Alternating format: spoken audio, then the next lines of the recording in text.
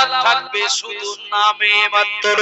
নবী আমাদের পরে বললেন মাসাজিদুহুম আমিরাতুন ওয়া হিয়া খারাবুন মিনাল হুদা আও কামা ক্বালা আলাইহিস সালাম। নবী আমার জানিয়ে দিলেন ওই জামানার মসজিদগুলো আবাদ থাকবে, মসজিদগুলো সুন্দর হবে, মসজিদগুলো চাকচিক্যময় হবে, মুসল্লিতে ভরেও যাবে। ওয়া হিয়া খারাবুন মিনাল হুদা। আমি মুহাম্মদুর রাসূলুল্লাহ বলছি, কিন্তু মসজিদ হেদায়েত শূন্য হবে। ও বাবাজিরা ভাইরা, ঠান্ডা মাথায় বলবো আমি, শুনবেন আপনারা। আশ্চর্য কথা নবী বললেন ওই জামানার মসজিদগুলো আবাদ থাকবে, আবাদ থাকবে অর্থাৎ মসজিদগুলো ভালো হবে, সুন্দর হবে, মুসল্লিও ভরে যাবে। কিন্তু আমি নবী বলছি মসজিদের মুসল্লিরা হেদায়েত শূন্য হবে। আমার কথা শুনছেন কি? মসজিদের মুসল্লি হেদায়েত শূন্য হবে। আমার আগের কথার সঙ্গে পরের কথার মিল আছে কিনা দেখে নেন। মসজিদ হেদায়েত শূন্য হবে। আমরা হেদায়েত হওয়া কখন করি? একটু তাকবীর দেন তো, নারায়ে তাকবীর। আলহামদুলিল্লাহ, আমি যা আশা করিনি তার থেকে আরো জোর আওয়াজ পেয়েছি। হেদায়েত হওয়া কাকে বলে? কিছু মানুষ দেখবেন যেই রমজানের চাঁদ উঠবে, যেই রমজানের চাঁদ উঠবে, কিছু মানুষ দেখবেন মসজিদে ঢুকবেন। কতদিন থাকবেন? কতদিন? এক মাস। 11 মাস যারা মসজিদটাকে আবাদ রেখেছিলেন, 11 মাস, শীতকাল, গরমকাল, বর্ষাকাল, আমফান, আইলা, করোনা সব উপেক্ষা করে 11 মাস যারা মসজিদটাকে আবাদ রেখেছিলেন, রমজান মাসে তাদের যেন কোনো দামই নেই। কথা ঠিক না? তাদের কোনো দাম নেই। নিত্য নতুন মাতব্বরের আবির্ভাব। কে ইফতার দেবে ওরাই ঠিক করে, কে ইফতার দেবে ওরাই ঠিক করে, 27 রোজায় কি আয়োজন হবে ওরাই ঠিক করে, ইমাম সাহেব কার বাড়ি খাবে রমজান মাসে ওরাই ঠিক করে। এমন এমন এমন ঈদ আজ হবে না কাল হবে ওরাই বলে হুজুর এখনো ঈদের ঘোষণা হয়নি তো। তা হুজুর বললেন ঘোষণা পাবো, তা সংবাদটা জানবো তারপরে। মানে কই পাকিস্তানে তো 7 টাকা গেছে, কোথায় 7 টাকা গেছে, কোথায়? পাকিস্তানে।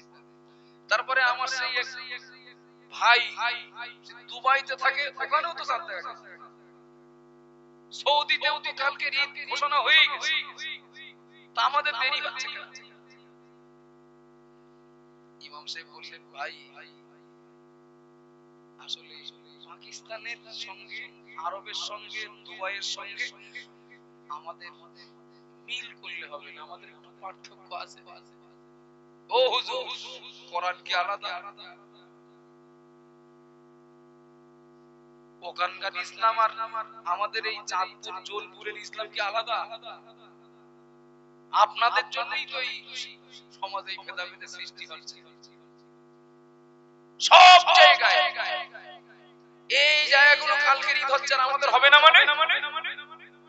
কিন্তু আমি দায়িত্ব নিয়ে বলতে পারি কালকে সৌদি ঈদ হচ্ছে, আজকের ঈদ হচ্ছে না কেন? একই ইফতার চাই যারা, সৌদিরা তো একদিন আগে থেকে রোজা রাখে, ওই পার্টি কোনদিন বলেছে হুজুর ওরা তো কালকে থেকে রোজা রাখা শুরু করেছে, তা আমাদের বলেননি কেন? আমার কথা শুনছে? রোজা রাখার বেলায় বলে হুজুর ওরা তো কালকে থেকে রোজা রেখেছে, আমাদের একটা রোজা কাজা হয়ে গেল। কবে থেকে রোজা শুরু হলো জানেন না? কবে থেকে রোজা শুরু হলো জানেন না? শুধু ক্যালেন্ডার দেখে আর 27 রোজাটা কবে হয়, 27 রোজাটা কবে হবে ওই দিন একটু যাবে। এই রকম কিছু স্পেশাল মুসল্লি আছে, 27 রোজা ছাড়া ও ফেরেশতা মসজিদে ঢুকবে না। কথা ঠিক বলছি না ভুল বলছি? প্রকৃতপক্ষে মুসল্লি যারা, প্রকৃতপক্ষে এক মাস রোজা রাখে যারা, বিশ্বাস করুন তারা চান রোজা আরো একটা হয় হোক। তারা রমজান মাস বিদায় দিতে চান না, আরো একটা রোজা হয় হোক। আর ঈদ নিয়ে যাদের সব থেকে বেশি মাথার যন্ত্রণা হয়, খোঁজ নিয়ে দেখবেন শুধু 27 রোজাটা ছিল। ঠিক বলছি না ভুল বলছি? চলেন নবীর হাদিসের সঙ্গে বাস্তব মিলটা একটু দেখে নেন। নবী বললেন মসজিদ সুন্দর হবে, মুসল্লিও ভরে যাবে, কিন্তু মসজিদের মুসল্লিরা হেদায়েত শূন্য হবে। আমি বলেছি হেদায়েত হওয়া কাকে বলে? যে মানুষটা নামাজ পড়া ধরে আমরা বুঝি লোকটা হেদায়েত হয়েছে। ঠিক বলছি না ভুল বলছি? যে মানুষটা নামাজ পড়া ধরলেন, রমজান মাসে রোজা রাখলেন এক মাস, কেউ বলবেন না ওরা হেদায়েত হয়েছে, কেউ বলবেন। যিনি 27 কদরে এসে নামাজ পড়লেন, 27 রোজাটা থাকলেন, কেউ বলবেন না 27 রোজা আছে মানে হেদায়েত হয়েছে। বরং যে মানুষটা নামাজ পড়া ধরবেন, এই মানুষটাকে সবাই বলবো আমরা লোকটা না হেদায়েত হয়ে গেছে। তাহলে হেদায়েত হওয়ার আলামতটা কি বাবা? হেদায়েত হয়েছে না হয়নি চেনার চিহ্নটা কি? নামাজ। মসজিদ যারা ভরিয়ে দেয় তারা তো নামাজ পড়ার জন্যই ভরিয়ে দেয়। কথা বলেন, আমি কি আপনাদের মসজিদের কথা বলছি? নবীর হাদিস কি শুধু আপনাদের গ্রামের মসজিদের জন্য? না তো।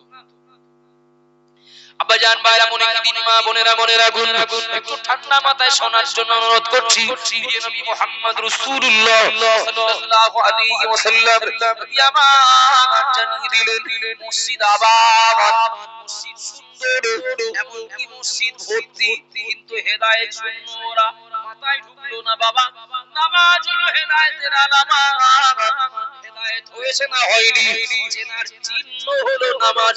আর ওই নামাজ পড়ার জন্য, ওই নামাজ পড়ার জন্য মসজিদে মুসল্লিরা ভরিয়ে দিলেন, মসজিদ মুসল্লিরা ভরিয়ে দিলেন।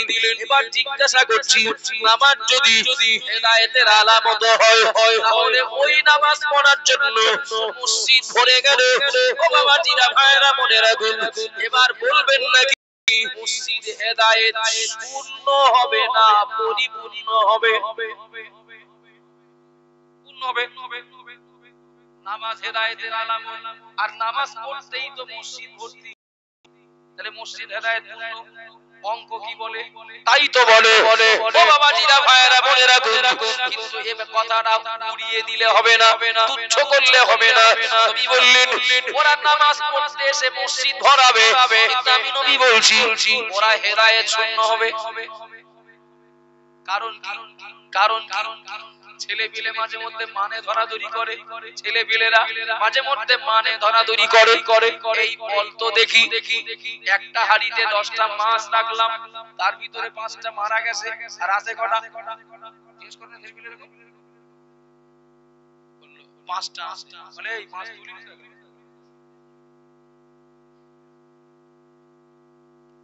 তো 10টাই তো আছে, কিন্তু যদি জ্যান্ত মাছ খুঁজি 5টা। কথা ঠিক বলছি না ভুল বলছি? তাহলে বলে একটা ডালে 10টা পাখি, একটা ঢিল মারলাম, একটা উড়ে গেল, কটা আছে? একটা উড়ে। তো যে একটা গেছে আর 9টা থাকবে না? ওদের ঢিল মেরে দেখলেও থাকবে না।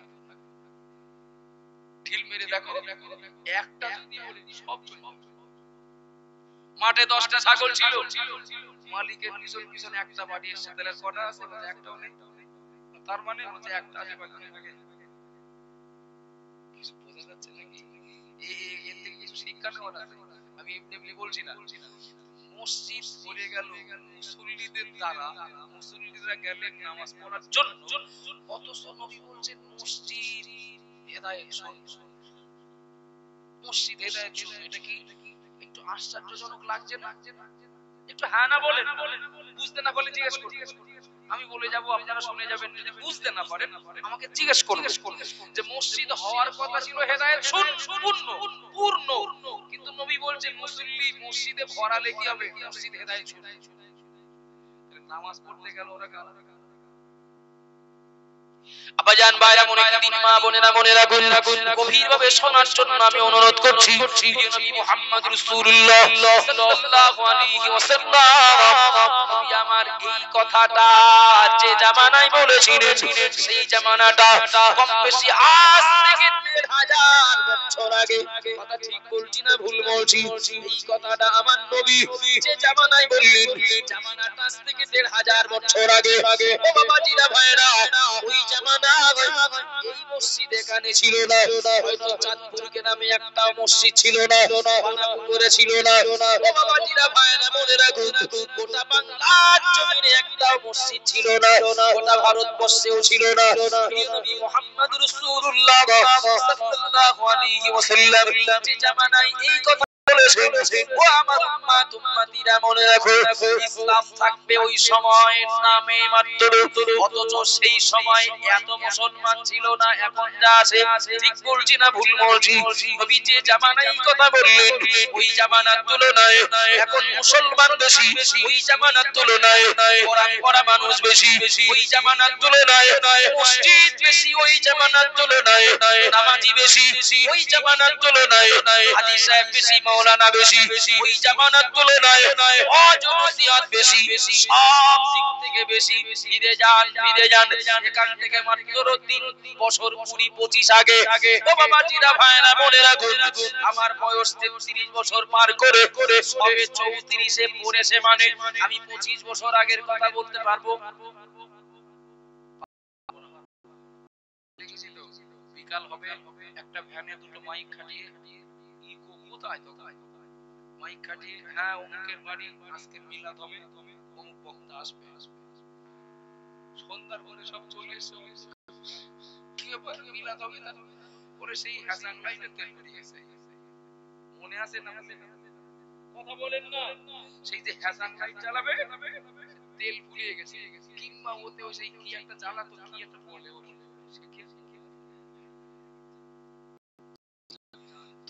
সবার একটা মজা ছিল আলাদা, ঠিক না? দেখেন হুজুর এসে গেছে তখন 3 ভোল্ট টানাচ্ছে, হুজুর এসে গেছে তখন 3 ভোল্ট টানাচ্ছে, হুজুর একটু বসেন প্যান্ডেলটা ঠিক করে, সে রড লাইটও নেই, সে হ্যালোজেনও নেই, সব কাপড় সেদিনকার কাপড়। হুজুর এসেছেন ফোনও তো নেই, দাউদ খোরাসান বলে দিলেন দেখো দিকে ওই কন্ট্রোল ঘরের ওখানে পাশে যে নাম তোমার ফ্যান কয়টা আমরা সাইকেলে করে নিয়ে যাই। তবে সেদিনকার মজা ছিল আলাদা, কিছু মনে নেবেন না বাবা। এখানে 11টায় আমি 11টায় এক আসি, কমিটির ভাইরা রাস্তার দিক তাকিয়ে আছে কি জানি আসবে কি জানি নামবো সোজা গাড়িতে। আর সেই সময় হুজুর আসতেন টাইম রাত 10টার সময় এখানে এসে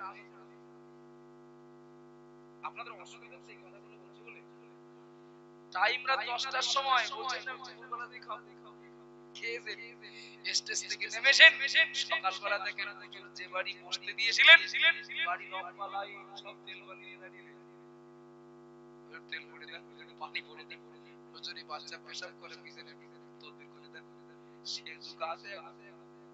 যুগ আছে নেই, সব দিক থেকে এখন বিরাট ব্যাপার, বিশাল ব্যাপার। ওদের মাইক কটা 30টা, আমাদের 40টা মাইক লাগবে, আমরা কমতে আছি না। ওরা তাবারক কি করেছে, ওরা খিচুড়ি করেছে, আমরা বলো বিরিয়ানি করে, তাই হচ্ছে না। ওরা কি কোন হুজুর এনেছে, মানে ওরা বসিরহাটের হুজুর এনেছে, মানে ওরা আজমির থেকে নিয়ে আসে, তাই তো হচ্ছে রেজাল্ট। আপনারা মনে নেবেন না হাসান লাইট চালানো হারিকেন চালানো সবাই কত বেনামাজি মজলিস শেষে হুজুরের কাছে এসে বলেছেন হুজুর দোয়া করুন, আমি কাল দোয়া করুন আমি আর বিড়ি খাবো না, দোয়া করুন আমি আর পরের জমি বন্ধক রাখবো না, দোয়া করুন ভাই বোনের ফারাজ ফাঁকি দিয়েছিলাম ওটা আগামী কাল থেকে আমি বুঝে দেব। ও বাবা জিরা ভাইরা মনে রাখুন, কিন্তু মনে নেন না এখন তো সব দিক থেকে উন্নতি, সবার উন্নতি, পরিবেশের উন্নতি, হুজুরের উন্নতি, পরিকাঠামোর উন্নতি, কিন্তু মনে রেখে দিন বাবা, কালকে যা ছিল আজকেও যা, আগামীকালও তাই। কিন্তু বাহ্যিকভাবে যদি প্রশ্ন করা হয়, বাবু সবার উন্নতি হয়েছে না অবনতি, কি বলবেন? উত্তর কি আছে? উন্নতি হয়েছে। একটু কথা বলেন, উন্নতি হয়েছে। সবার কথাটা এই জন্য বললাম, 20, 30, 40 বছর আগে মসজিদ গুলো এত সুন্দর ছিল না। নবীর জামানা তো পরের কথা। ও বাবা জিরা ভাইরা মনে কে দিন, এখন মসজিদ গুলো ভালো, শালপাতার মসজিদ, তালপাতার মসজিদ, টালি ছাউনি, টিনের ছাউনি মসজিদ খুঁজে পাওয়া যায় না। এখন মসজিদ গুলো ভালো, মসজিদ গুলো পাকা, পাথর বসানো, টাইলস বসানো, কত মসজিদ এখন এসি লাগানো। ঠিক বলছি না ভুল বলছি? মসজিদের ইমাম একজন যোগ্য আলেমে দ্বীন, মসজিদের মুয়াজ্জিন, তিনি ইমামের অবর্তমানে নামাজ পড়াতে পারেন, কিন্তু নবীর কথাটা কি করে কেটে দেবেন? নবী আমার বললেন মসজিদ ভালো হবে, মসজিদ মুসল্লিও ভরিয়ে দেবে, কিন্তু আমি মুহাম্মদুর রাসূলুল্লাহ বলছি মসজিদ মুসল্লিরা হেদায়েত শূন্য হবে। কারণটা কি? কারণ আর কিচ্ছু নয় বাবা, কারণ হলো ওরা নামাজ পড়বে, হেদায়েতের আলামত হলো ওরা নামাজ পড়লেও ওরা হেদায়েত প্রাপ্ত হবে না। আমি নবী বলছি ওদের ভিতরে হেদায়েতের আলামত নামাজের তুলনায় হেদায়েত শূন্যের আলামতটা বেশি থাকবে। ও বাবা জিরা ভাইরা মনে রাখুন, ও গো মা বোনেরা মনে কে দিন, নামাজের মুসল্লিরা যেমন হেদায়েত প্রাপ্ত বলে নামাজ প্রমাণ করবে, এটা একটা চিহ্ন, হেদায়েত হওয়ার একটা চিহ্ন, কিন্তু ওরা হেদায়েত শূন্য বলে গণ্য হবে। কারণ হলো ওদের ভিতরে হেদায়েত শূন্যের কারণ হওয়ার তুলনায় বেশি থাকবে। কথা বুঝতে হবে? নামাজ হেদায়েতের আলামত, কিন্তু লোকটার ভিতরে বেহেদায়েতের আলামত গুলো থাকবে। তাহলে প্লাস মাইনাসে মাইনাস হবে না? একটু কথা বলেন না বাবা, প্লাস মাইনাসে মাইনাস হবে তো? হেদায়েতের আলামত একটা নামাজ, ওই লোকটার ভিতরে বেহেদায়েতের আলামত তিনটে আছে। তাহলে লোকটা হেদায়েত প্রাপ্ত বলে গণ্য হবে না হেদায়েত শূন্য বলে গণ্য হবে? প্লাস মাইনাস করলে প্লাসে মাইনাসে হবে। আবাজান ভাইরা মনে দিন, মা বোনেরা মনে রাখুন, ভুল বুঝবেন না, আমি কাউকে কষ্ট দেওয়ার জন্য বলছি না, আমি কাউকে আঘাত করার জন্য বলছি না। ও বাবা জিরা ভাইরা, আগের কথার সঙ্গে মিল আছে কিনা যে বুঝে নেন, বুঝতে না পারলে আমাকে জিজ্ঞাসা করেন। আপনি যদি একজন ভ্যানওয়ালার পিছনে যদি একজন ভ্যানওয়ালাকে যদি আপনি রাখেন, চেহারা ভালো না, চেহারা সেই সৌন্দর্য নেই, তার জামা ওই মানুষটার ভালো গাড়ি নেই, ওই মানুষটার ব্যাংকে বেশি টাকা জমা নেই, উল্টো দিকে একজন ইটভাটার মালিক, ওই মানুষটার চেহারা দেখলে বলে দেওয়া যাবে লোকটা বড় লোক, লোকটা ধনী লোক, লোকটা অর্থশালী, লোকটার পোশাক পরিচ্ছদ ভিআইপি, লোকটার যানবাহন ভিআইপি, লোকটার বসবাসের জায়গা বাড়িটাও বিরাট নামি দামি।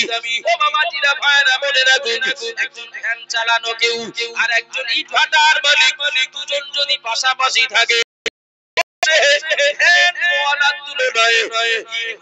মালিককে দেখতে ভালো লাগবে। ঠিক বলছি না ভুল বলছি? কথা বলেন না বাবা, ভ্যানওয়ালার তুলনায় ইটভাটার মালিককে দেখতে বেশি ভালো লাগবে। এর চেহারা ভালো, এর পোশাক ভালো, পরিষ্কার পরিচ্ছন্নতায় গিয়ে বাড়ি ভালো, গাড়ি ভালো, ব্যাংকে টাকাও বেশি।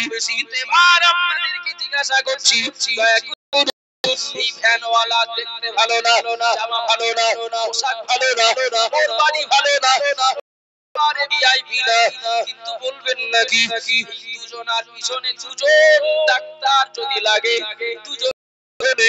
দুজন তার যদি লাগে, কার দেহে রোগ কতটা বার করো একটু বলবেন এবার, কার রোগ বেশি পাওয়া যাবে?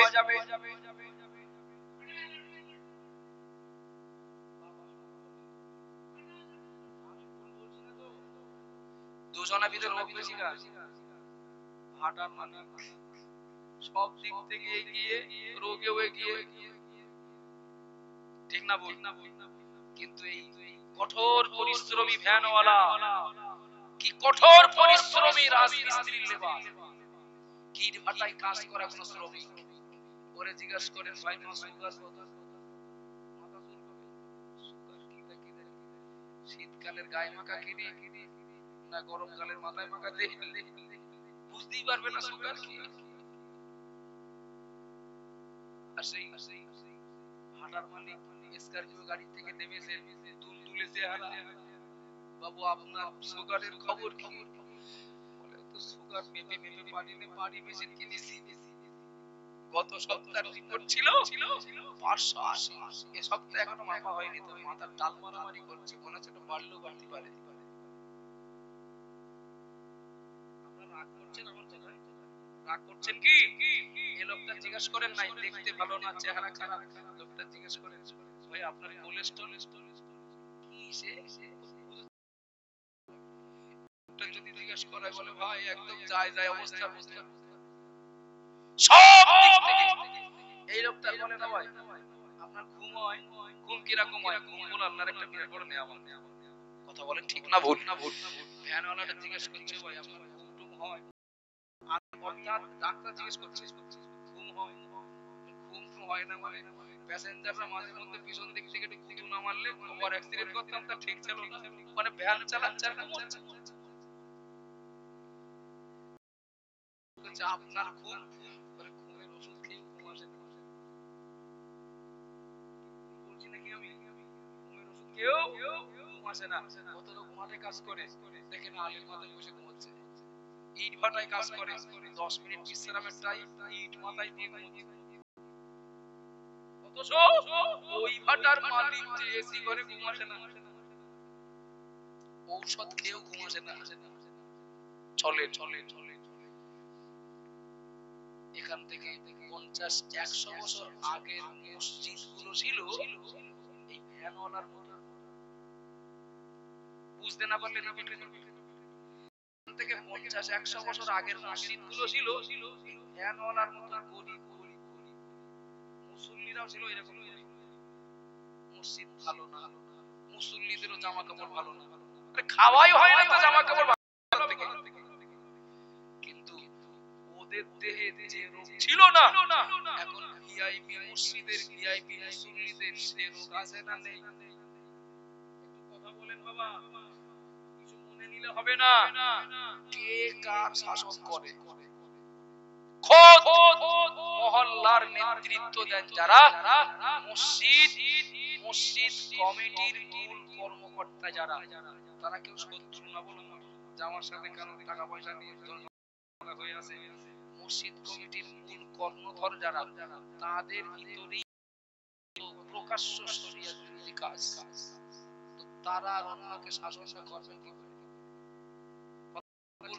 বলছি রেজাল্ট ইমামকে হয়ে যেতে হয় কিছুটা অনুপ্রবেশকারী।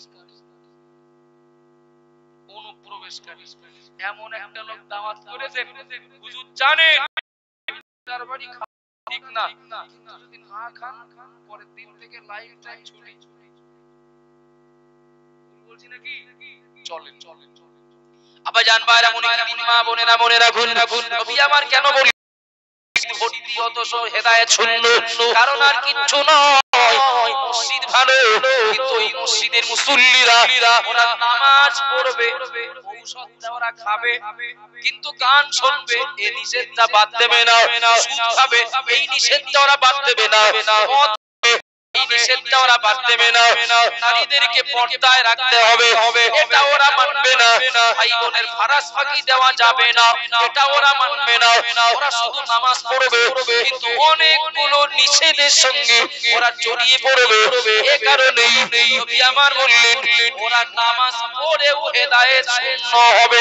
ও বাবাজিরা মায়েরা মনে রাখুন, শুধু ঔষধ খেলে হবে না, নিষেধগুলো যদি বাদ না দেই রোগ থেকে বাঁচা যাবে না বাবা। বাবা একদিকে যেমন ঔষধগুলো খেতে হবে কথা আদেশ পালন করতে হবে নিষেধটাও বাদ দিতে হবে তবে রোগী সুস্থ হবে আল্লাহ যদি চান কিন্তু আদেশ পালন করি মানে ঔষধও খায় নামাজ পড়ি ঔষধ খায় রোজা রাখি ঔষধ খায় তাসবিহ পড়ি ঔষধ খায় দান করি ঔষধটা খায় তো মিথ্যা কথা বাদ দেই না কিন্তু মদ বাদ দেই না জুয়া বাদ দেই না লটারি বাদ দেই না সুদ বাদ দেই না তার মানে যেগুলো ডাক্তার নিষেধ করেছে নিষেধগুলোও তো বাদ দেই না ও বাবা জিরা মায়েরা মনে রাখুন আমাশার রোগী ডাক্তার ঔষধ দিয়েছে আর বলেছে দুধ আর চাপা কলা যেন খাবেন রোগী ডাক্তার ঔষধ দিয়েছে এই ঔষধটা খান আর চাপা কলা দুধ যেন খাবেন না ও বাবা জিরা ভাইরা মনে রাখুন চাপা কলা দুধ না খাওয়ার আগ পর্যন্ত আমাশার রোগী হওয়ার কারণে শরীরটা বিরাট খারাপ হয়ে গেল বলছে ভাই এক মাস আগে দেখলাম চেহারাটা ভালো আজকে দেখছি রোগা পাতলা কারণ কি আরে ভাই বলি কি তোমার একটা দুধ আর চাপা কলা তুমি খেতে পারো সকালে এক গ্লাস দুধ একটু কলা বিকাল বেলা এক গ্লাস দুধ একটু কলা দেখ ভাই চেহারা রোগী কিসের আমার সাথে এখন এদিকে ডাক্তারের ঔষধ খাচ্ছে আর শরীর স্বাস্থ্য ভালো হওয়ার জন্য দুধও খাচ্ছে কলাও খাচ্ছে ঔষধে কাজ হবে ডাক্তারের কাছে যে বলছেন ও ডাক্তার ঔষধ পাল্টা কোনো কাজ হলো না আরো বেড়েছে ডাক্তার বলছেন আমি যা দিয়েছি না সারু পালার কথা না তো অনেক চিন্তা ভাবনা করে ডাক্তার বলছেন ঔষধ ঠিকঠাক খাওয়া হচ্ছে তো একদম ঘড়ি ধরে খাচ্ছি না সারলেও বাড়লো কেন আমিও তো বুঝতে পারছি না অনেক সময় বলছে ভাই খাও কি বলো দেখি তো যে ঔষধ খাই টাইম মতো খাই আমার এক বোন একসঙ্গে দেখা হয়েছিল বন্ধুটা আমার বিরাট ভালোবাসে ছোটবেলা থেকে বন্ধুত্ব শরীরটা খারাপ হয়ে যাচ্ছে দেখে ও আমার পরামর্শ দিয়েছে সকালে এক গ্লাস দুধ একটু কলা বিকালে এক গ্লাস দুধ একটু চাপা কলা খাও শরীর ভালো হবে ঔষধ খাচ্ছি বন্ধুর ঔষধ খাচ্ছি ডাক্তার বললেন ভারতের ঔষধ সব স্কুলে খাওয়ালেও তোমার আমাশা সারবে না রাগ করছেন ভাবছেন আপনারা কি আমার শত্রু তাহলে যদি রোগ থেকে আমাকে বাঁচতে হয় ঔষধটা খেতে হবে ওটা আদেশ দুধ আর চাটা বাদ দিতে হবে তা না হলে আমাশা সারবে না আব্বাজান ভাইরা মনে কি দিন ওগো মা বোনেরা মনে রাখুন বক্তব্য সংক্ষেপ করব আমি নবী মুহাম্মদ রাসূলুল্লাহ সাল্লাল্লাহু আলাইহি ওয়াসাল্লাম আমার পাক জবানে জানিয়ে দিলেন উম্মতিরা মনে রাখুন আমি মুহাম্মদ রাসূলুল্লাহ বলছি আমার উম্মত আমার উম্মতিরা ওদেরকে দেখবে তোমরা ওদেরকে দেখবে ওরা উল্টো চলবে হাদিসটা অনেক লম্বা আমি সব বলবো না আমি একটা বলবো ওরা উল্টো চলবে যেটা খাওয়ার কথা খাবে না যেটা বাদ দেওয়ার কথা ওটা বাদ দেবে না যেটা খাওয়ার কথা ওটা বাদ দেবে আর যেটা বাদ দেওয়ার কথা ওইটা খাবে ও বাবা জিরা ভাইরা বলে রাখুন একথা আমার নয় একথা আমার আপনার নবী বলেছেন সায়াতি জামানুন আলা উম্মতি এমন একটা সময় চলে আসবে উম্মতিকে তোমরা দেখতে পাবে আমার উম্মত উম্মতিরা ইউহিব্বুনাল মালা ওয়া ইয়ানসাউনাল হিসাবা ইউহিব্বুনাল মালা ওয়া ইয়ানসাউনাল হিসাবা আমার উম্মত উম্মতিরা অর্থ সম্পদ কামাই করবে ওরা হারাম হালাল দেখবে না ওরা জায়েজ নাজায়েজ দেখবে না ওরা অর্থ সম্পদ রোজগার করেই যাবে ওয়া ইয়ানসাউনাল হিসাবা এর যে একদিন হিসাব দিতে হবে ওরা হিসাব দেওয়ার কথা ভুলে যাবে। ও বাবা জিরা ভাইরা বলে রাখুন, একটু দয়া করে গভীর ভাবে মনোযোগ দিয়ে শুনলে আপনারা আমার কথায় একমত হবেন। বিশ্বাস করুন, একজন মানুষের উপার্জন যদি হালাল না হয়, একজন মানুষের আয় রোজগার যদি হালাল পথে না হয়, ওই মানুষটার নামাজ হবে না, ওই মানুষটার রোজা হবে না, ওই মানুষটার হজ কবুল হবে না, ওই মানুষটার দান সাদাকা কবুল হবে না। কেবলমাত্র মানুষটার উপার্জনটা হারাম পথে হওয়ার কারণে। যদি বলেন কেন? প্রিয় নবী মুহাম্মদ রাসূলুল্লাহ সাল্লাল্লাহু আলাইহি ওয়াসাল্লাম নবী আমার জানিয়ে দিলেন, আল্লাহ তাইয়্যিবুন লা ইয়াকবালু ইল্লা কামা ক্বালা আলাইহিস সালাম। নবী আমার জানিয়ে দিলেন, মুহাম্মদ রাসূলুল্লাহ বলছি, মহান আল্লাহ পাক তিনি হলেন পবিত্র। একটু জোরে বলুন সুবহানাল্লাহ, আরো জোরে বলুন। নিজে পবিত্র, লা ইয়াকবালু ইল্লা তাইয়্যিবা। মুহাম্মদ রাসূলুল্লাহ বলছি, আল্লাহ পবিত্র ছাড়া গ্রহণ করেন না। হাদিসটার ভিতরে কয়েকটা আমার যেটা খুব প্রয়োজন সেটাই বলছি।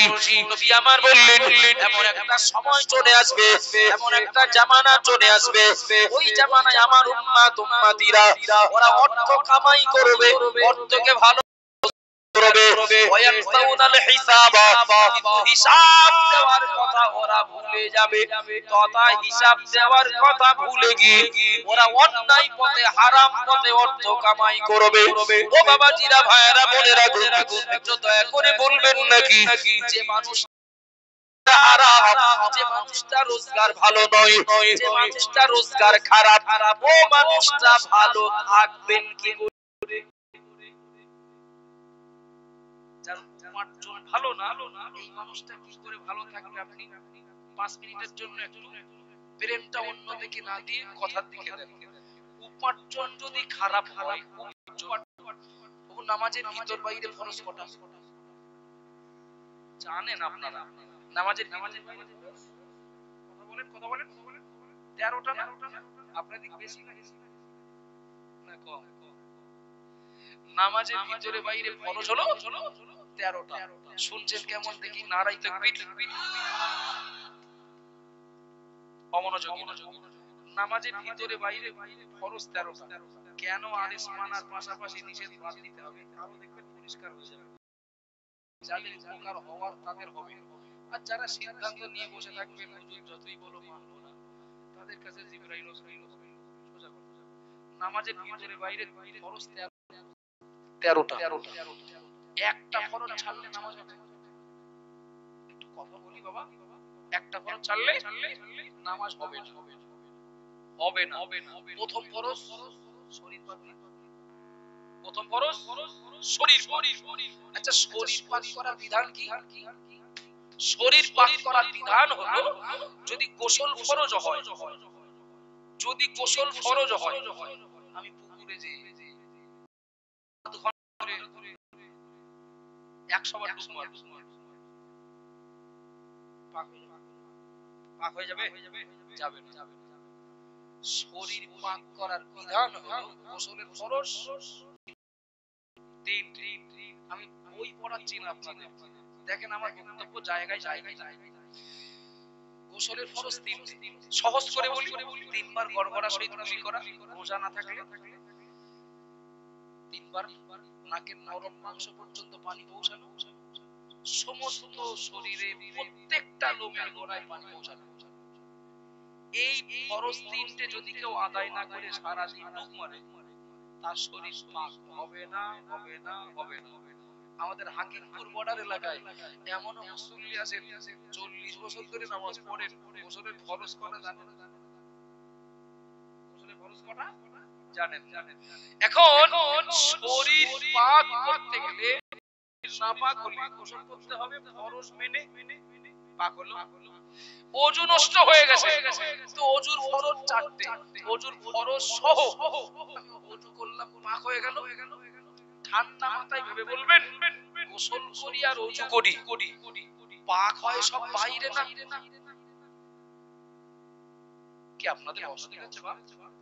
গোসল করি আর ওযু করি, পাক করা হয় সব বাইরে না, চামড়া তো চামড়া পাক করি, চামড়া ধুই, চামড়া মুছি, কিন্তু নামাজের প্রথম ফরজ শরীর পাক, চামড়া পাক না। ডাক্তার শরীর খারাপ হয়ে গেছে, বলে জামা খোলো, বললাম কোন জায়গা খারাপ, কই জামা খোলো দেখি কিছু করো, ঠিক আছে সমস্যা কই, ডাক্তার শরীর খারাপ, শরীর কি চামড়া না ভিতরে, একটু কথা বলেন না, ভিতরে।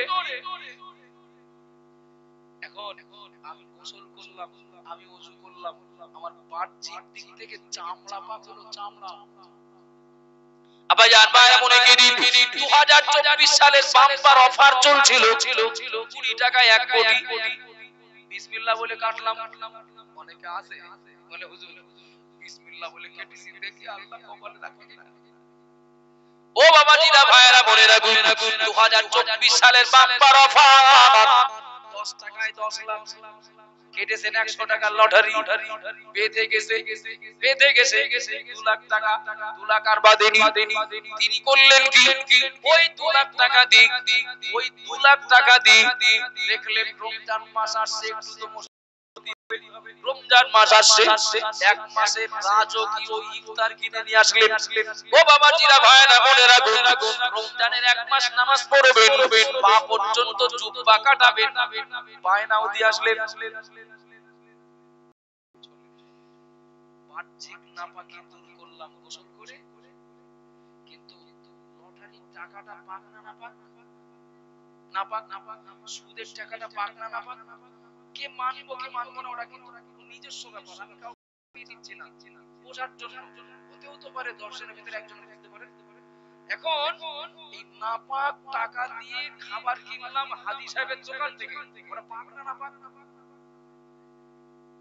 হাজি সাহেবের দোকান থেকে কিনেছি, পাক হবে না নাপাক হবে, নাপাক হবে। টাকা যদি হয় উপার্জনের মাধ্যম নাপাক, টাকা নাপাক, ওই টাকা দিয়ে পীরের দোকান থেকে কিনলো নাপাক। কথা ঠিক না ভুল বাবা? এই নাপাক খাবারটা খেয়ে প্রায় গল্প করি, গত মাসে ভেবেছিলাম 79 কেজি, এবার আবার 4 কেজি খেয়ে গেছি, এখন 84 কেজি। স্বাস্থ্য লাগছে ভালো, ভালো হচ্ছে, খুব ভালো হচ্ছে, চেহারাটা খুব সুন্দর হচ্ছে। এখন এই যে 84 কেজি বডি, ওই লটারি টাকা বাজার করে খেয়ে ফেলেছি, সুদের টাকার বাজার করে 84 কেজি বডি। স্ত্রী মহিলা সমিতি বন্ধনের নেত্রী, ওখান থেকেও কিছু নিয়ে ওর থেকেও কিছু হয়েছে। এখন এই রক্ত গোশত চর্বি এসব পাক না নাপাক, নাপাক তো সন্দেহ আসে কি? রক্ত গোশত চর্বি তো নাপাক, আপনি গোসল করে ওযু করে না হয় চামড়া পাক করলেন, রক্ত গোশত চর্বি কোন পানিতে ওযু করে কোন পানিতে গোসল করে পাক করবেন? করা যাবে? যাবে না। তাহলে উপার্জন নাপাক হওয়ার কারণে আমি নাপাক থেকে গেলাম, আমি পাক হতে পারবো না। হ্যাঁ, পাক হওয়ার একটা পানি আছে, সেই পানিটা হলো তওবা। একটু জোরে বলুন, একটু মহব্বতে বলেন সুবহানাল্লাহ। কেউ যদি তওবার পানিতে গোসল করেন পাক হবেন, পাক হবেন। আব্বাজান ভাইরা মনে রাখুন, ঠান্ডা মাথায় শোনার জন্য অনুরোধ করছি, আল্লাহ নিষেধ করেছেন সুদ খেও না, আল্লাহ নিষেধ করেছেন হক নষ্ট করো না, আল্লাহ নিষেধ করেছেন লটারি কেটো না, আল্লাহ নিষেধ করেছেন পরের মাল আত্মসাৎ করো না। সব মানি না, তবে মাঝে মধ্যে নামাজ পড়ি, রমজান মাসে রোজা রাখি, রমজানের 1 মাস নামাজ পড়ি। আমি বলবো বাবা, যে সময় নামাজ পড়েন না কেন, আপনার প্রথম শর্ত হলো শরীর পাক করা। আপনার উপার্জন যদি হালাল না হয় তাহলে আপনার শরীর হবে না। ঠিক বলছি না ভুল বলছি? শরীর যদি না পাক হয়, নাই বলে অর্থ রোজগার করে ওই টাকায় বাজার করে খাওয়ার জন্য শরীর যদি না পাক হয়, ওই টাকা দিয়ে তো পাঞ্জাবি কিনেছি, ওই টাকা দিয়ে লুঙ্গি কিনেছি, ওই টাকা দিয়ে টুপি কিনেছি, তিনবার ধুয়ে নিলে না পাক কাপড় পাক হয়, বলবেন নাকি? না পাক টাকা দিয়ে যদি কাপড় কেনা হয় তাহলে কতবার ধুলে পাক হবে? হবে ও বাবাজিরা ভাইরা বোনেরা, রমজান মাসে ইফতারের আর 10 মিনিট সময় বাকি, 15 মিনিট সময় বাকি।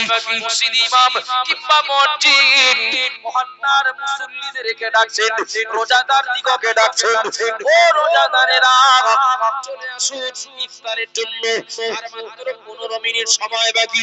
দেখতে পাবেন এই সময়ের মুহূর্তটা কতটা ভালো লাগে। নিজেও রোজা থাকলে ভালো লাগে, অন্যেরা চোখের সামনে দিয়ে গেলে ভালো লাগে। সারাদিন রোজা অবস্থায় ছিলেন, মুয়াজ্জিন সাহেব ডেকেছেন আর 15 মিনিট বাকি, চলে আসুন ইফতারের জন্য। রোজাদারেরা চলে আসুন। ও বাবাজিরা ভাইরা, ইফতারের মজলিস, এখন এই মজলিসে যদি দুজন রোজা নেই এমন কেউ ঢুকে ইফতার সামনে নিয়ে বসে, তাকে তুলে দেব নাকি? তুলে দেওয়া হবে না। যারা ইফতার মজলিসে বসবেন তাদেরকে জিজ্ঞাসা করা হবে না তোমরা রোজা ছিলে কিনা, তোমরা রোজা ছিলে কিনা। ও বাবাজিরা ভাইরা বোনেরা, মহান আল্লাহ পাক রোজাদার বান্দা বান্দীদের প্রতি আল্লাহ এত রাজি, আল্লাহ এত খুশি। রোজাদার বান্দা বান্দীদের প্রতি আল্লাহ এত রাজি, এত খুশি। জান্নাতের খাবার দিয়ে, জান্নাতের পানি দিয়ে আল্লাহ রোজাদারদের জন্য ইফতারের ব্যবস্থা করবেন। একটু জোরে বলুন সুবহানাল্লাহ, আরো জোরে বলুন সুবহানাল্লাহ। ও বাবাজিরা ভাইরা, যেমন মুয়াজ্জিন সাহেব ডাকেন আর 10 মিনিট বাকি, চলে আসুন। ইমাম সাহেব ডাকেন আর 10 মিনিট বাকি, চলে আসুন। মহান আল্লাহ পাক জান্নাতের খাবার আর জান্নাতের পানি দিয়ে আল্লাহ ইফতার করবেন। এবার আল্লাহ ঘোষণা দেবেন, রোজাদারেরা হাসরের ময়দানে, রোজাদারেরা কারা আছে চলে এসো, ইফতার করতে বসে যাও, খাওয়া শুরু করো, পান করতে শুরু করো। ও বাবাজিরা ভাইরা, কথাটা বলতে গেলে যেন গায়ের লোম শিউরে ওঠে। মহান আল্লাহ পাক রব্বুল আলামিন রোজাদার বান্দা, রোজাদার বান্দি দিগকে আল্লাহ ডাকবেন, চলে এসো ইফতার মজলিসে বসো, ইফতার করো, পানি পান করো, খাবার খাও। কিন্তু মনে রাখুন, ওই ঘোষণা পাওয়ার সঙ্গে সঙ্গে রোজাদারেরা দল বেঁধে যেতে শুরু করবেন। কিন্তু আল্লাহর পক্ষ থেকে আয়োজিত ইফতার মজলিসে ঢোকার মুখে চেক হবে।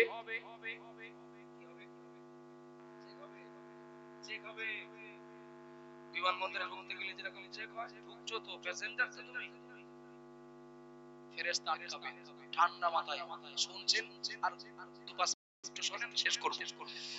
তো রোজাদাররা ঘোষণা পেয়ে যখন ছুটবে, তখন ফেরেশতারা আটকাবে, আমাকে আটকাবে, দাঁড়াও, কোথায় যাচ্ছ? ওই ইফতার করতে যাচ্ছি। তুমি যাচ্ছ না? আল্লাহ তো তোমারটাকে, না না, আল্লাহ তো রোজাদারদের ডেকেছে, রোজাদারদের ডেকেছে। তা আমি তো রোজা ছিলাম বলেই যাচ্ছি। আমার কথা শুনছেন? আমি রোজা ছিলাম, কে বলেছে তুমি রোজা ছিলে?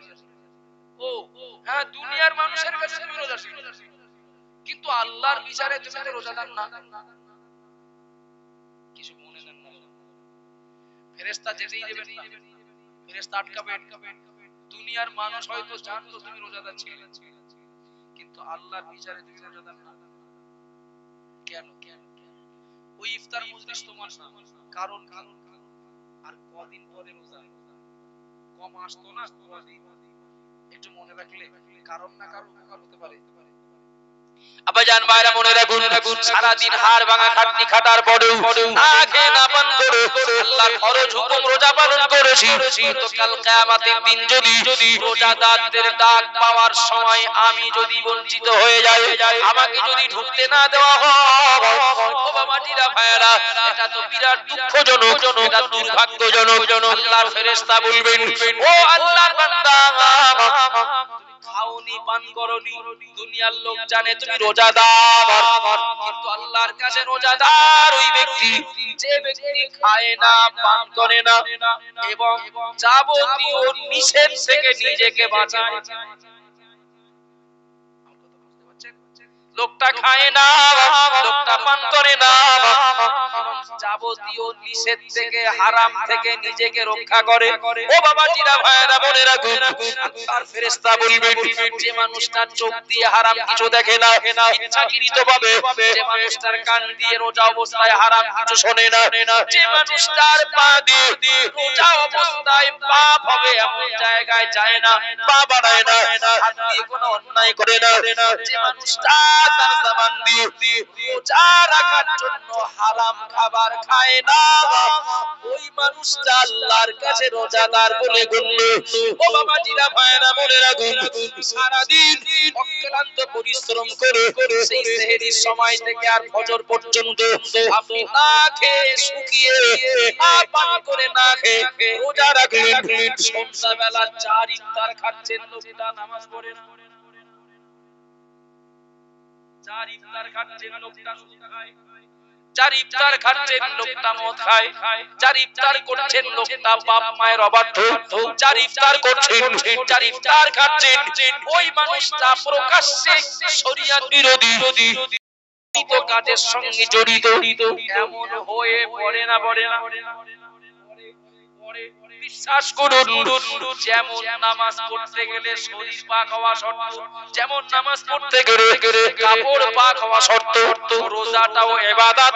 রোজাটা শুরু হবে হালাল খাবার দিয়ে, ইফতার হবে হালাল দিয়ে, তবে রোজা হবে।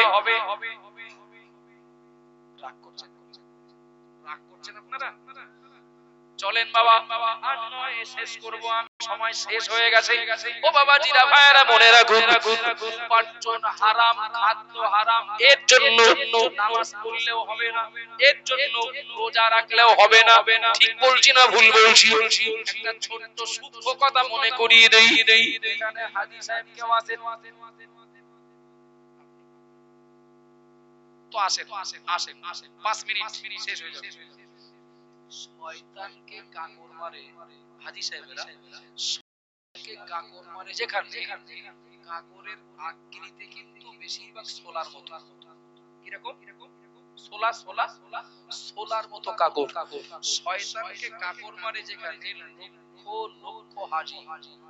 আচ্ছা বলবেন, পিঁপড়ে মাটি তুলে ঢিবি করে, পিঁপড়ে মাটি তুলে ঢিবি করে, লক্ষ লক্ষ হাজী যদি 49টা করে কাকর মারে, তাহলে ঢিবি হয়ে যাবে না? চাইনি আমরা, কিন্তু হিসাবে কি বলে ঢিবি হয়ে যাবে। হাজী সাহেবদের জিজ্ঞেস করে দেখবেন, পাথর ঢিবি হয় না, পাথর ঢিবি হয় না। দিনের শেষে কিছু পাথর পড়ে থাকে, আর কিছু পাথর আপনা আপনি অদৃশ্য হয়ে যায়। কিছু পাথর পড়ে থাকে, কিছু পাথর আপনা আপনি অদৃশ্য হয়ে যায়, কোনো মানুষ সরায় না, মানুষ করায় না। আবাজান ভাইরা মনে রাখুন, প্রশ্ন জাগবে, যিনি হজ করেছেন তাকে বা আগামীতে যাব আমি, আমরা যারা, আমাদের প্রশ্ন জাগবে, পাথরগুলো সবাই মানলেন, সব হাজিরা, কারোর পাথরের গায়ে নাম লেখা নেই, কিন্তু মনে রাখুন কিছু পাথর অদৃশ্য হয়ে যাচ্ছে, কিছু পাথর পড়ে থাকছে, অদৃশ্য হচ্ছে কাদের, পড়ে থাকছে কাদের। প্রশ্ন জাগবে কি জাগবে না? ও বাবাজিরা ভাইরা মনে রাখুন, অনেক ব্যাখ্যা করে আমি এই জায়গায় এনে দিতে পারবো, কিন্তু ব্যাখ্যা না করেই উত্তরটাই দিচ্ছি। যাদের হজ আল্লাহর দরবারে কবুল হয়ে যায়, তাদের মারা পাথরগুলো আল্লাহর ফেরেশতারা উঠিয়ে নেন। একটু জোরে বলবেন না? আরো জোরে বলুন সুবহানাল্লাহ। যাদের হজ আল্লাহর দরবারে কবুল হয় না, তাদের মারা পাথরগুলো ওই জায়গায় পড়ে থাকে। ও বাবাজিরা ভাইরা মনে রাখুন, কিন্তু কার হজ কবুল হয়, কার হজ কবুল হয় না, এটা তো কারোর গায়ের নাম লেখা থাকে না। বাড়ি আসলে সবাই হাজী, বাড়ি আসলে সবাই হাজী সাহেব। কার নামাজ কবুল হয়, কার নামাজ হয় না, ওটা আল্লাহ ভালো জানেন। কিন্তু নামাজ পড়তে গেলেই নামাজি, রোজা কবুল হয় কি হয় না, দুনিয়ার কেউ জানেন না, তবে রোজা রাখলেই রোজাদার। ও বাবাজিরা ভাইরা মনে রাখুন, কিন্তু নবী আমার বললেন, ইন্নাল্লাহ তাইয়্যিবুন লা ইয়াকবালু ইল্লা তাইয়্যিবা। আল্লাহ নিজে পাক, আল্লাহ নিজে পবিত্র, আর অপবিত্রকে আল্লাহ নেন না। তাহলে আমার দ্বারা নামাজ, আমার দ্বারা রোজা, আমার দ্বারা হজ, আমার দ্বারা ইবাদত আল্লাহ নেবেন? কথাটা আমার না বাবা, কথাটা নবী বলেছেন। অপবিত্র হব কখন? যখন আমি নিষেধ বাদ দেব না। কি আমার কথা বুঝতে অসুবিধা হচ্ছে কি? আমি যখন নিষেধ বাদ দেব না, তখন আমার এই ভালো কাজগুলোর মূল্যায়ন হবে। সোজা কথা। ডাক্তারের আদেশ মানি, ডাক্তার নিষেধ করেছে ওটা মানি। রোগ থেকে বাঁচার জন্য আল্লাহ আপনাকে আমাকে সন্তানের প্রতি বাপ মায়ের ভক্তির তুলনায় বেশি ভক্তি আমাদের প্রতি রাখেন বলেই আমাদের ভালোর জন্য বলেছেন। যেটা আদেশ করেছি ওটা ঔষধের মতো নাও, এখানে মাতব্বরি করো না, এখানে নিজের ব্যক্তিগত মত কাজে লাগিও না। যেটা নিষেধ করেছি ওটা বাদ দাও। যারা আদেশ মানে না, নিষেধ যারা ছাড়ে না, এরাও বিপদে। যারা আদেশও মানে, নিষেধ কাজও করে, এরাও বিপদে। যারা আদেশ এবং নিষেধ দুই তুচ্ছ করে উড়িয়ে দেয়, এরাও বিপদে। প্রকৃতপক্ষে কাউকে যদি নাজাত পাওয়ার যোগ্য হতে হয়, তাহলে তার এই দুটো কাজ করতে হবে। আদেশ পালন করতে হবে, নিষেধ ভুল বাদ দিতে হবে। সব পারবো না, চেষ্টাটা করতে হবে। ভুল হয়ে গেলে তওবা করে নিতে হবে। আমার কথায় কষ্ট পেলেন? আমার কথায় কষ্ট পেলেন বাবা? আসছে রমজান মাস, অন্তত পক্ষে এখনো রজবের চাঁদ আছে। মন যদি বলে, বিবেক যদি বলে, অনেক ভুল ত্রুটি করে ফেলেছি, অনেক অন্যায় করে ফেলেছি, অনেক নাফরমানি করে ফেলেছি। আব্দুল মুহিত যেভাবে বলল, হয়তো এতটা সূক্ষ্ম হবে এর আগে ভাবিনি। হয়তো এখন বুঝতে পারছি সত্যি এটা ভুল হচ্ছে। আল্লাহ কথা দিয়েছেন, কোন বান্দা ভুল বুঝতে পেরে যদি তওবা করে, আল্লাহ তাকে পবিত্র করে দেন। সুবহানাল্লাহ বলবেন না? একটু মোহাব্বত করে বলেন না। বান্দা ভুল বুঝতে পেরে যদি তওবা করে নেয়, আল্লাহ তার বিগত জীবনের গুনাহ maaf করে দেন। একটু বলেন না সুবহানাল্লাহ। সুতরাং রজব মাস প্রায় শেষ, শাবান মাস প্রায় আগত। আসছে শবে বরাত, আসছে আপনার রমজান, আসবে। হতেও পারে আগামী বছর এই সময় যখন আসবে কে থাকবো না আল্লাহ ভালো জানেন। সুতরাং আপনাদেরকে কারো বাপ মনে করে, আব্বার মতো মনে করে, ভাইয়ের মতো মনে করে, মাইকের আওয়াজে যারা মা বোন খুব আপন মনে করেই বলছি, গুলিয়ে ফেললে ঔষধে কাজ হবে না, রোগগ্রস্ত থাকতে হবে। আর এ রোগ মৃত্যু পর্যন্ত নিয়ে যাবে না, জাহান্নামে নিয়ে যাবে। মেরাজের রাত্রিতে কয়েকটা পাপের কথা নবী দেখলেন, মসজিদে ইমাম সাহেবের কাছে শুনেছেন। আজকে আমি বলবো না ও কথা, শুধু সবকিছুর মূল কথা হলো জেগে ঘুমালে তাকে কেউ সজাগ করতে পারবেন না। সত্য ঘুমিয়ে থাকলে এই যা বলেছি এই ডাকে তিনি উঠে যাবেন। আল্লাহ তৌফিক দেন, বলুন আল্লাহুম্মা আমিন। আসুন এখন একটা দুটো কথা বলবো দোয়ার আগে প্রিয় নবীর শানে মুহাব্বতে দাঁড়িয়ে একটু সালাম পড়ি। নবী সালামু